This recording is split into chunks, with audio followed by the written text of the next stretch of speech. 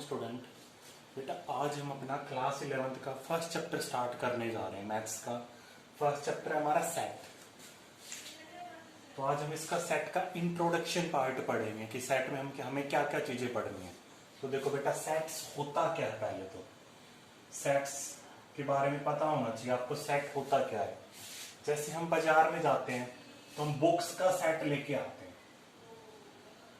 तो आप वहां सेट वर्ड का यूज करते हो। Set means group, collection. तो अगर मैं सेट की डेफिनेशन की बात करूं तो सेट की डेफिनेशन होगी वेल डिफाइंड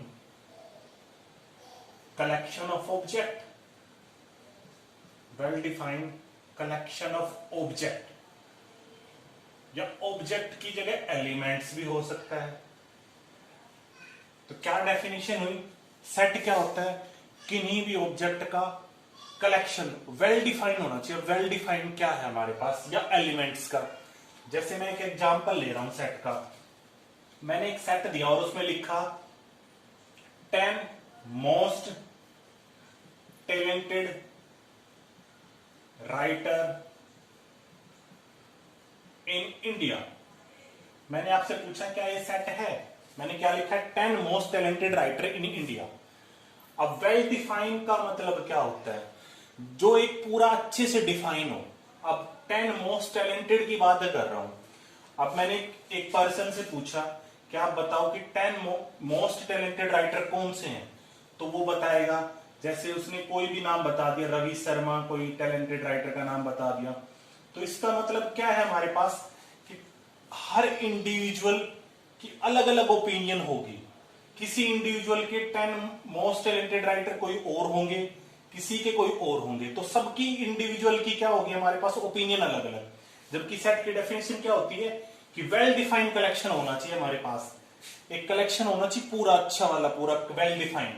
लेकिन क्या हमारे पास यहाँ 10 मोस्ट टैलेंटेड राइटर मैंने एग्जांपल लिया, तो हर बंदे की ओपिनियन एक होनी चाहिए। यहां तो क्या है, अगर आप किसी एक पर्सन से पूछोगे तो उसके वो कोई और राइटर 10 मोस्ट राइटर के नाम बताएगा, किसी दूसरे से पूछोगे तो उसके राइटर अलग होंगे। तो ये वेल डिफाइंड है ही नहीं हमारा, तो ये सेट नहीं होगा। जैसे मैं एक और एग्जांपल ले लेता हूं। मैंने एग्जांपल लिया नेचुरल नंबर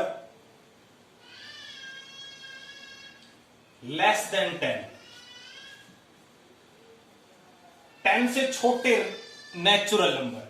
अब आप किसी भी पर्सन से पूछोगे या किसी भी स्टूडेंट से पूछोगे कि 10 से छोटे नेचुरल नंबर कौन से, तो सबकी एक ही ओपिनियन होगी 1 2 3 4 5 6 7 8 9। तो आप किसी भी पर्सन से पूछ लेना, सबका आंसर यही होगा। लेकिन यहां तो राइटर सबके अलग अलग आ रहे थे, तो ये तो सेट नहीं था, ये हमारा सेट हो जाएगा। तो वेल डिफाइन का मतलब है एक पूरा अच्छे से डिफाइन होना चाहिए, जिसकी डेफिनेशन पूरी अच्छे से आनी चाहिए, और सबकी हर इंडिविजुअल की ओपिनियन बस उसके ऊपर वही होनी चाहिए। जैसे नेचुरल नंबर लिया मैंने 10 से छोटे नेचुरल नंबर, तो किसी भी पर्सन से पूछोगे तो नेचुरल नंबर यही बताएगा 1 2 3 4 5 6 7 8 9। एक और एग्जांपल ले लेते हैं। जैसे मैंने एक और एग्जांपल लिया है टॉप 10 बैट्समैन इन वर्ल्ड।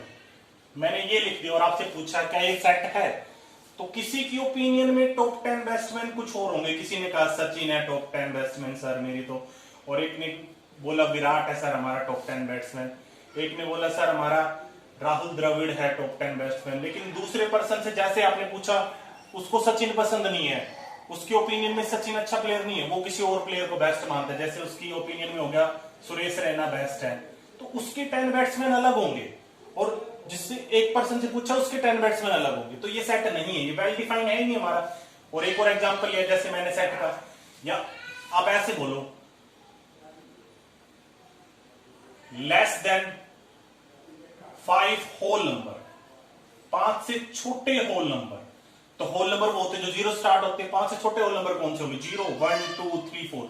अब आप किसी भी पर्सन या किसी भी स्टूडेंट से पूछ लो, सबकी ओपिनियन यही आएगी। तो ये बेटा हो गया सेट। अब सेट के बारे में हम देखो, सेट की नोटेशन पढ़ते हैं। इसके बाद सेट की डेफिनेशन होगी सेट की नोटेशन। सेट को हमेशा कैपिटल लेटर से डिनोट करा जाता है। जैसे मैं ए से, तो ये ए सेट की बात हो रही है।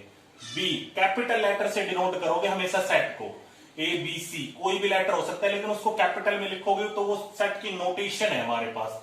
अब देखो हम क्या करते हैं, करली ब्रैकेट का यूज करते हैं और करली ब्रैकेट के अंदर एलिमेंट्स लिखते हैं। जैसे मैंने इसके अंदर लिख दिया 1 2 3 4 5 और एक करली ब्रैकेट यहां से क्लोज कर दिया।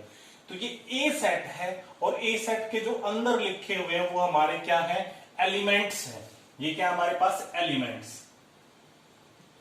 तो सेट को नोटेशन क्या हो गया हमारे पास, सेट को हमेशा कैपिटल लेटर से डिनोट करा जाता है और जो सेट के एलिमेंट्स होंगे उनको हमेशा किससे डिनोट करा जाएगा, स्मॉल लेटर से। जैसे यहां तो नंबर की बात हो रही थी, अगर मैं लेटर्स में लिखूं, जैसे मैं लेटर्स में लिख रहा हूं, बी सेट में लिखा मैंने ए ई आई ओ यू, तो ये एलिमेंट्स है, इनको हमेशा हम स्मॉल लेटर में लिखेंगे। तो ये सेट की नोटेशन होगी कि सेट को डिनोट करोगे आप कैपिटल लेटर से और सेट के जो एलिमेंट है उनको आपको किससे डिनोट करोगे, स्मॉल लेटर से। इसके बाद आता है, जैसे अभी तक तो आपने पढ़ा है नेचुरल नंबर, हम ऐसे लिखते थे नेचुरल नंबर, कहीं आ जाता है नेचुरल नंबर। अब आपके क्वेश्चन में ऐसे लिखा आएगा बेटा, नेचुरल नंबर के लिए हम किसका यूज करेंगे, कैपिटल एन किसको डिनोट करता है, हमारा नेचुरल नंबर को। उसके बाद हमारा कैपिटल डब्ल्यू किसको डिनोट करेगा, होल नंबर को। उसके बाद हमारा क्या, जेड किसको डिनोट करेगा, इंटीजर को। आर किसको डिनोट करेगा, हमारा रियल नंबर को, सॉरी किसको डिनोट करेगा बेटा, रियल नंबर को। कहीं आर लिखा होगा सेट के अंदर तो आपको समझ जाना है, वो लिखेगा नहीं कि ये रियल नंबर, आपको आर से समझ जाना है और रियल नंबर की बात कर रहे हैं। जेड प्लस लिख दे तो ये हो गया हमारा पॉजिटिव इंटीजर, जेड माइनस लिख दे तो ये हो गया हमारे पास नेगेटिव इंटीजर। क्यू लिख दे, क्यू किसको डिनोट करता है, आपने पढ़ा रेशनल नंबर को।